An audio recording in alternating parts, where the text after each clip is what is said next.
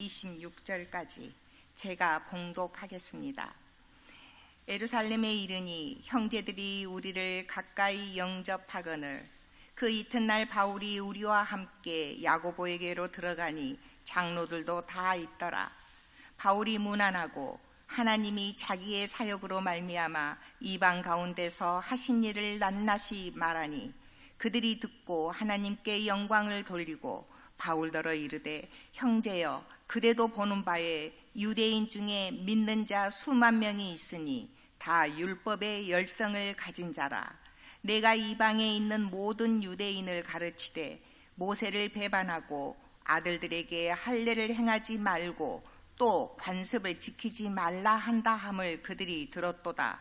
그러면 어찌할꼬? 그들이 필연 그대가 온 곳을 들으리니 우리가 말하는 이대로 하라. 서원한 네 사람이 우리에게 있으니 그들을 데리고 함께 결례를 행하고 그들을 위하여 비용을 내어 머리를 깎게 하라. 그러면 모든 사람이 그대에 대하여 들은 것이 사실이 아니고 그대도 율법을 지켜 행하는 줄로 알 것이라. 주를 믿는 이방인에게는 우리가 우상의 제물과 피와 목매어 죽인 것과 음행을 피할 것을 결의하고 편지하였느니라 하니 바울이 이 사람들을 데리고 이튿날 그들과 함께 결례를 행하고 성전에 들어가서 각 사람을 위하여 제사 드릴 때까지의 결례 기간이 만기된 것을 신고하니 역시 남성들의 이 목소리가 참 아름다운 것 같아요. 제가 남성이라서 그런 게 아니라 중후함이 멋있는 것 같습니다. 하나님의 부르심에는 후회가 없으신 줄 믿고 귀한 주일 아침이 되기를 주님의 이름으로 축원합니다. 여러분들은 이런 경험을 해보셨는지 모르겠습니다. 오랜만에 지인을 만나고 혹은 친척들을 만났는데 서로 간에 약간의 오해 때문에 이 거리감이 느껴질 때 말입니다.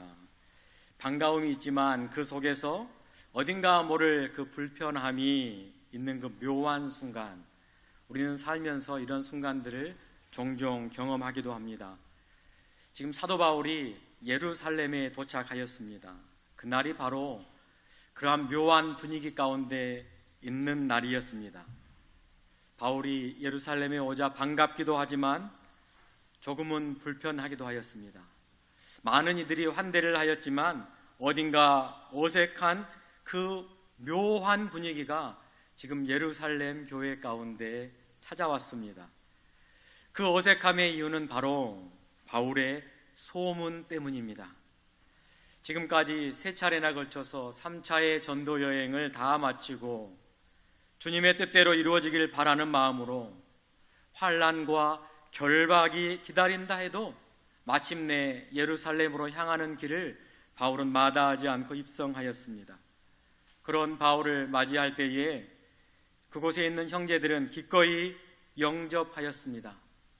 그러나 그 따뜻한 환대와 영접 이면에는 소문으로 인하여 풀어야 할 심각한 오해와 그에 따른 복잡한 현실이 기다리고 있는 것도 사실이었습니다.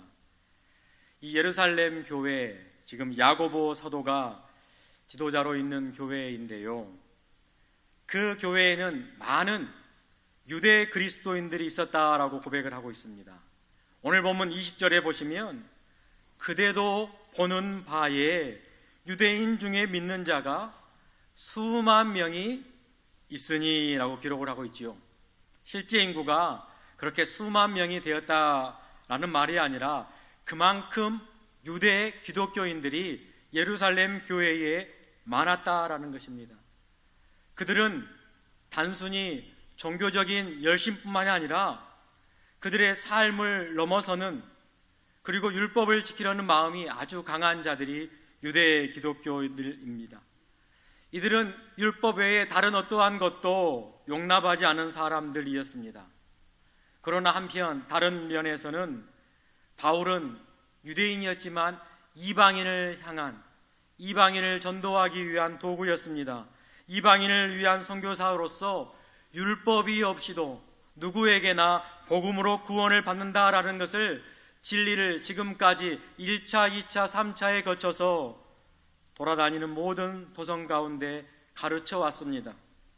여기에서 오해가 생기게 되었고 이 오해가 약간의 분노로 퍼지게 되었으며 이해하려는 태도마저 사라지게 되었습니다. 이 당시의 유대 사회에 이 율법을 지킨다는 것, 율법을 준수한다는 것 단순한 관행이 아니었습니다. 그들의 삶의 대부분이었고 그들의 민족의 정체성이었고 그들의 문화 자체가 바로 율법을 지키는 것이었습니다. 예루살렘에 있는 이 형제들의 특징을 한마디로 정의하자면 예수는 복음으로 받아들였고 믿었지만 여전히 유대인의 삶도 그들은 계속 유지하고 살아가고 있는 사람들입니다. 그런 그들에게 바울의 이방인 선교에 대한 소문이 들렸습니다. 그들은 그 소문을 그대로 믿고 있었습니다.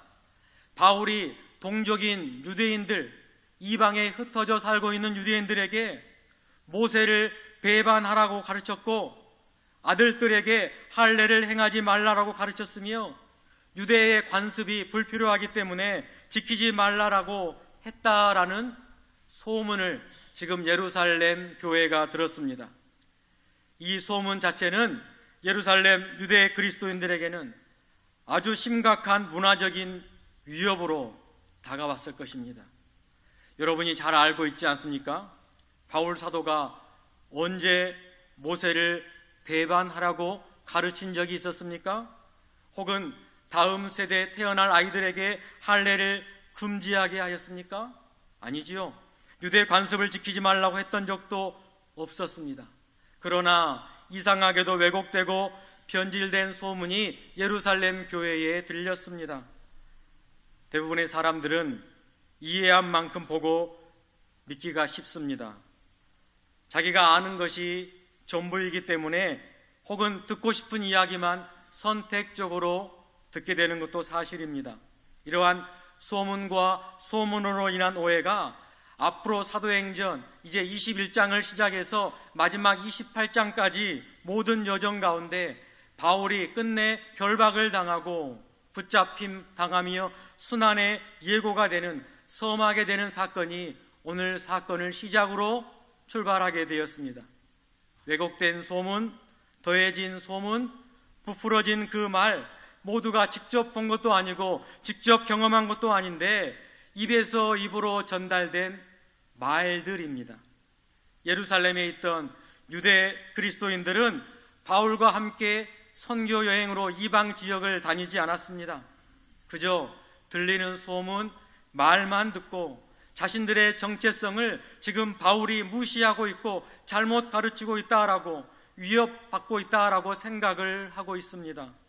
그래서 오늘 본문 21절을 보시면 마지막 구절에 이렇게 기록이 되어 있습니다. 무엇 한다 함을 그들이 들었도다. 어떤 경로인지는 모르지만 소문으로 그렇다 함을 들었다라는 이야기입니다. 지난 1년 우리 교회는 담임 목사가 바뀌다 보니 교회의 여러 가지의 사소한 것들이 조금씩 변화가 일어나기 시작했습니다. 또한 여러분들은 그 변화를 위해서 새로운 담임 목사를 청빙하였습니다. 그러자 1년 동안 소문이 나기 시작했죠. 좋은 소문도 있고 그렇지 못한 소문도 분명히 나게 되어 있습니다. 그리고 그 소문들은 다 누구를 통해서 들은 이야기들입니다. 그런데 참 신기한 것은 좋은 소문보다는 나쁜 소문이 더 빨리 퍼지는 게 우리의 문화인 것 같습니다. 우리는 확신하지 않고 소문을 듣고 사실인 양 믿어버릴 때도 있습니다. 지금 동서고금을 막론하고 모든 사람들의 보편적인 습성입니다. 좋은 소식보다는 나쁜 소식이 빨리 전하는 것 말입니다. 바울도 지금 3차의 전도 여행, 이방 전도 여행을 다녔지만 그곳에서 있었던 크고 작은 많은 열매들이 많이 있었잖아요. 우리가 사도행전을 쭉 보면서 그러한 놀라운 일들을 경험했습니다. 그런데 예루살렘 교회에 좋은 소문은 하나도 들리지 않고 오해만, 그러한 무성한 소문이 예루살렘에 들리게 되었습니다. 여러분, 말에는 힘이 있습니다. 말에는 파워가 있습니다. 하나님이 천지를 창조할 때 어떻게 창조하였습니까? 말씀으로 창조하였습니다. 무엇을 가지고 창조한 것이 아니라 하나님의 입에서 나오는 말씀으로 창조하셨습니다. 또한 하나님께서는 자기 백성, 하나님이 택하신 민족, 하나님이 부르신 자들 말을 통해, 언약을 통하여 하나님의 백성으로 삼아 주셨습니다. 우리는 그 언약이 하나님의 말씀인 줄 믿고 오늘날에도 그 말씀을 우리가 이 예배 시간을 통하여 상고하고 있지 않습니까? 이처럼 말씀, 말에는 능력이 있습니다. 그렇다면 우리 여천 중앙교회, 하나님이 세우시고 견고히 세워갈 이 교회는 어떻게 세워져 가는 게 창조의 원리입니까? 말의 힘으로 세워져 가는 게 창조의 원리입니다. 우리들의 한마디 한마디가 힘이 있습니다. 보이지는 않지만 그 말 한마디에 교회는 견고하게 세워져 가는 줄 믿으시기를 바랍니다. 오늘날 전도하기가 참 어려운 환경이고 그러한 시대입니다.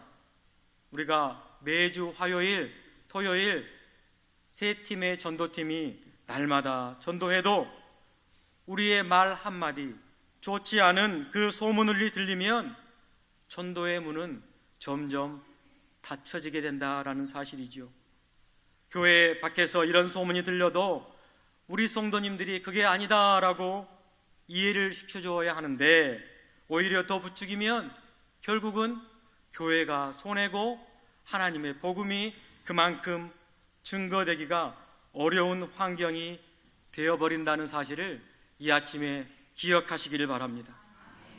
나가서 우리가 전도하지는 못하지만 우리의 힘인 이 말의 능력을 우리는 에너지를 형성할 수가 있습니다. 그래서 창조의 힘이고 하나님이 우리를 창조한 원리입니다. 여러분 한마디 한마디가 교회가 세워져감을 기억하시기를 바랍니다. 오늘 본문은 우연인지 하나님의 섭리인지 우리에게 지금 이러한 질문을 던지고 있습니다. 진리를 타협하지 않으면서도 다양한 사람들과 어떻게 이 소문 가운데 화목하게 지낼 수 있는가? 이 질문은 2000년 전에 사도 바울의 질문만이 아닙니다. 오늘날 우리 공동체 안에서도 우리의 가정 안에서도 우리의 직장 안에서도 매일 부딪히는 하나의 질문들입니다. 그렇기에 오늘 말씀을 통해 이러한 상황 가운데 우리가 답을 찾아보시기를 주님의 이름으로 부탁을 드립니다. 첫 번째는요, 우리는 이 오해를 피하지 않고 직면해야 합니다. 직면. 야고보와 장로들은 지금 바울을 환영하면서도 즉시 이러한 심각한 현실을 그대로 사도 바울에게 전했습니다. 지금 예루살렘에 있는 유대 기독교인들, 다 율법에 아주 열심히 있는 사람들, 그들이 지금 오해하고 있다, 그 소문을 잘못 듣고 있다는 상황을 그대로 설명하였습니다. 그래서 22절에 오늘 설교의 제목인 그러면 어찌할꼬, 이 말, 이러한 사실 앞에서 어떻게 해야 하는가, 어떻게 이 소문을 해결할 수 있는가, 실제적인 고민들을 이야기하고 있습니다. 어제 오전에는 우리가 지난주에 정기 재직회가 있었지 않습니까? 아주 길게 재직회를 하게 되었는데요, 그 재직회 이후에 교회를 위해 당회가 어떻게 할까, 이 부분을 가지고 원로 장로님, 은퇴 장로님, 시무 장로님 모두 모여 임시 당회를 하였습니다. 2시간 반이 넘는 시간 동안 한 자리에 모여서 여러 가지 것들을 서로 소통하였습니다. 앞으로 당회가 우리 교회를 세우는 일에 하나가 되자라는 아주 좋은 결론과 결의를 하였습니다. 참 우리 교회 당회 멋지지 않습니까? 우리 교회 장로님들은 참 멋진 것 같습니다. 대단한 것 같습니다. 서로가 서로를 이해하는 마음을 2시간 반 동안 함께 나누었고, 교회를 사랑하는 마음을 누구보다도 앞서서 보여주셨습니다. 이 자리에 앉아 계신 우리 장로님들 만나시거나 또한 주변에 또 스쳐 지나갈 때 그러한 마음을 여러분 품어보시기 바랍니다. 하나님의 부르심, 후회가 없지요. 장로님으로 택한 이유는 분명히 있습니다. 감사합니다. 혹은 존경하는 마음을 꼭 한번 표현해 보시길 바랍니다. 우리 교회는 참 멋진 당회를 두었습니다. 서로의 오해를 풀려고 하였고, 서로가 이해하려고 하였고, 소통하려고 하였고, 하나님 앞에서 교회를 세우려는 모습을 모두가 함께 보여주었습니다. 다시 이제 본문으로 돌아와 보면 예루살렘에 퍼진 이 소문들이 사실인지를 묻게 되었습니다. 정말로 모세를 배반하였느냐? 아들들에게 할례를 행하지 말도록 하였느냐? 관습을 지키지 말라고 했느냐? 물었습니다. 그러나 실제로 바울의 가르침은 어떠했습니까? 우리는 너무나도 잘 알고 있습니다. 바울은 유대인들에게 율법을 버리라는 말을 한 적이 없습니다. 다만 이방인들에게, 이방에 살고 있는 그들에게 할례를 강요하지 않았고, 할례 없이도 그리스도를 받아들일 수 있는 복음을 설명하였고, 또한 이 말을 이 사도 바울은 다른 서신서에서 고린도전서 9장 20절에서 이렇게 고백하였습니다. 유대인들에게는 내가 유대인과 같이 된 것은 유대인들을 얻고자 함이었다. 자신의 입장의 진짜의 사실을 이야기합니다. 유대인에게는 유대인의 입장을 나는 변론하였다. 하지만 소문은 작은 부분을 가지고 전체를 거짓으로 왜곡하여 예루살렘 교회에 들리게 된 것이지요. 우리 주변에도 이러한 경우가 종종 있습니다. 누군가의 한 말, 그냥 내던진 말이 일부이지만 그 말이 전달되는 과정에서 전체인 양, 누가 이런 말을 하였더라, 이 한마디가 사람 사는 관계 가운데 그 관계를 망가뜨리기도 한다라는 사실입니다. 우리 공동체 안에서 이러한 오해가 생길 때, 잘못된 이러한 소문이 있을 때 우리의 반응은 어때야 하나?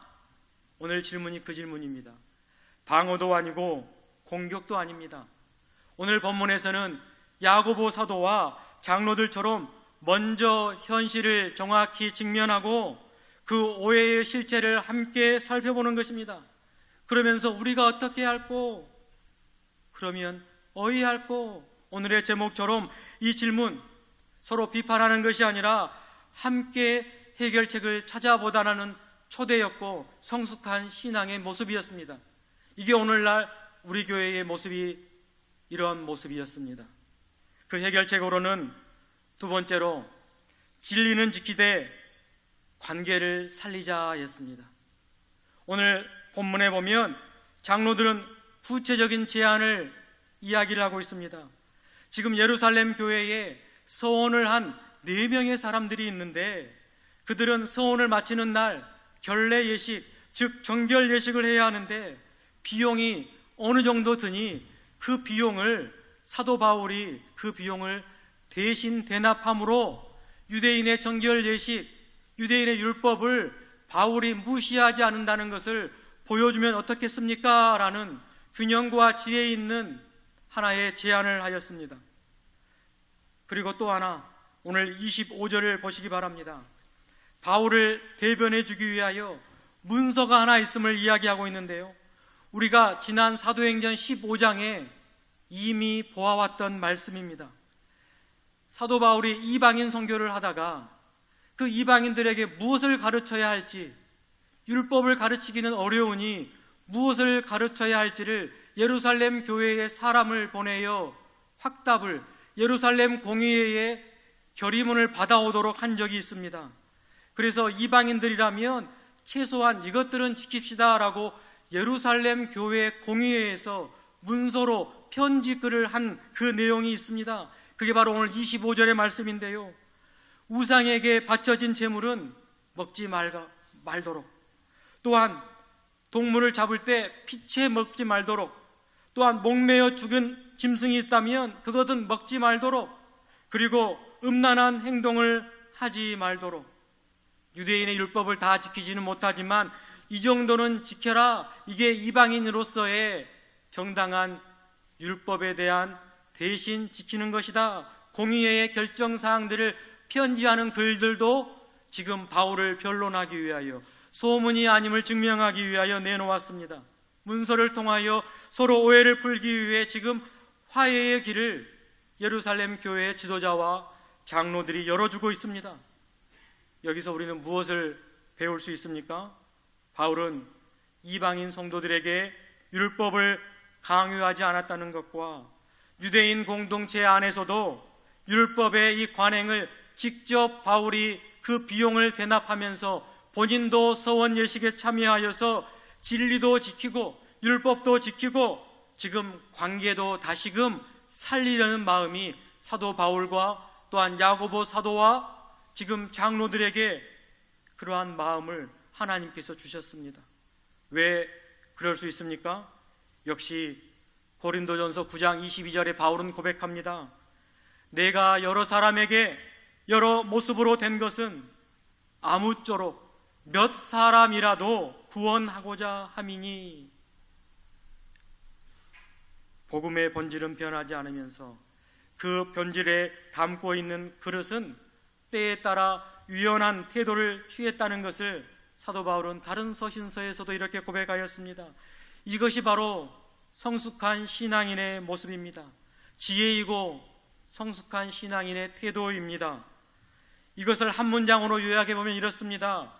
사도 바울은 복음을 위해서 양보할 수 있는 것과 양보할 수 없는 것을 분명히 구분하여 행동한 사람이었습니다. 여러분, 어렸을 때 이솝 우화 가운데 여우와 두루미의 이야기를 여러분 다 아실 것입니다. 서로 식사의 자리에 초대했습니다. 그런데 납작한 접시와 목이 길고 주둥이가 긴 항아리, 서로 다른 그릇으로 서로에게 음식을 대접하였습니다. 평소 자기가 사용했던 그 접시, 그 병을 그대로 상대방의 식사 자리에 내놓았던 것이죠. 자기에게는 익숙한 것입니다. 하지만 상대에게는 참으로 익숙하지 않은 것이지요. 지금 사도 바울은 자신의 입장이 아니라 상대방의 입장에서 복음을 증거했다라는 이유로 유대 그리스도인들 눈밖에 나 있는 처지에 이르게 되었습니다. 그 결과 앞으로 이제 계속 우리가 보게 될 것이지만 결국 예언대로 붙잡히게 되어버립니다. 하지만 오늘 본문에서는 사도 바울은 즉시 순종하는 모습을 보여주었습니다. 그래서 세 번째로는 이 오해는 말이 아니라 행동으로 증명해야 한다라는 것입니다. 오늘 본문의 마지막 절 26절의 말씀은 아주 짧지만 강렬하게 매듭을 짓고 있습니다. 바울이 이 사람들을 데리고 언제? 이튿날, 바로 그 다음 날입니다. 그들과 함께 결례를 다 행하고 정결 예식을 다 행하였습니다. 그리고 성전에 들어가서 각 사람을 위하여 제사 드릴 날이 만기될 때까지, 그 정결 예식이 끝나는 날까지 모두가 함께 하였고 마지막을 다 신고하였습니다. 바울은 이튿날 그렇게 행동하였습니다. 긴 토론도 없이, 추가적인 협상도 없이 장로들의 제안을 받아들이고 그 다음날 성전으로 향하여 그 일을 하였습니다. 이 신속한 순종이 바로 바울의 겸손함과 공동체를 사랑하는 마음, 그 헌신된 마음을 바울이 행동으로 보여주고 있습니다. 참으로 아름다운 모습입니다. 우리는 가끔 이런 생각을 하죠. 마음은 있는데 행동이 안 따라온다라고 합니다. 그러나 신앙은 마음과 행동의 일치입니다. 이 야고보 사도 야고보서에 보면 2장 17절에 이렇게 말씀합니다. 행함이 없는 믿음은 그 자체가 죽은 것이니라. 바울이 우리에게 보여주는 행함이 이것이지요. 공동체를 위하여 헌신, 자신의 편의와 체면을 내려놓고 예루살렘에 있는 그 많은 형제들을 위해 성전에서 함께 결례의 예식을 참여하고 그 비용도 다 지불했던 것. 작은 일이지만 실은 깊은 사랑의 표현의 방법이었습니다. 오늘날 우리 교회 공동체 안에서도 이런 질문이 필요합니다. 나는 형제자매를 위해 무엇을 내려놓을 수 있는가? 내 취향, 내 생각, 내 편의, 내 방식이 아니라 공동체를 위하여, 전체를 위해서 스스로는 나는 양보할 수 있는가? 이것이 바로 바울이 추구했던 그의 영성이며 우리 주님을 따라가는 길이었습니다. 오늘 예루살렘에 도착한 사도 바울은 오해와 편견과 소문 앞에서 이렇게 실천하였습니다. 소문의 실체를 직면하였고 오해를 그대로 직면하였습니다. 그리고 원칙은 지키되 사람은 살리려는 유연성을 발휘하여 화목의 길로 함께 나아가는 길을 그 제안을 받아들였습니다. 그리고 몸소 이튿날 공동체를 위하여 순종함으로 행동함으로 이 모든 걸 다 증명해 내었습니다. 사랑하는 성도 여러분, 오늘 우리가 살펴본 이 사도행전 21장의 말씀은 한 사람 바울의 영웅담이 아닙니다. 그는 오해를 받았고 해명해야 할 일이 많으며 때로는 자신의 자유까지도 내려놓아야 할 형편에 놓여 있었지만 그러나 그는 모든 걸 기꺼이 다 감당하였습니다. 왜냐하면 그의 눈에는 형제들이 보였기 때문입니다. 공동체가 보였기 때문에 서로가 양보하였습니다. 어제 오늘 우리 공동체에 소문과 오해가 쌓여 있다면 그러면 어찌할꼬 서로가 야고보의 사도의 이 질문을 이 아침에 함께 상고해 보며 우리 또한 실천하는 행동하는 믿음으로 하나님 앞에 서 있기를 주님의 이름으로 축원합니다. 그리고 혹시 우리 스스로가 세운 원칙과 유연성을 다시금 한번 점검해 보시기를 바랍니다. 혹시 내가 지키는 것이 복음의 본질인지 아니면 내 취향, 내 생각, 내 습관인지 구별해 보시기를 바라고 오늘 말씀의 결론처럼 우리가 본질, 복음은 지키되 나머지는 더 유연해질 수 있는 영역은 우리 안에 있지는 않은지 함께 기도하면서 물어볼 때에 진정한 복음에 또한 성령에 매여 우리가 나의 자신의 것을 내려놓음과 더불어 말미암아 자유롭게 될 줄을 주님의 이름으로 축원합니다. 우리 모두는 이제 화목의 지혜를 실천하는 우리 귀한 여천중앙교회의 공동체가 되기를 다시 한번 주님의 이름으로 소망해 봅니다.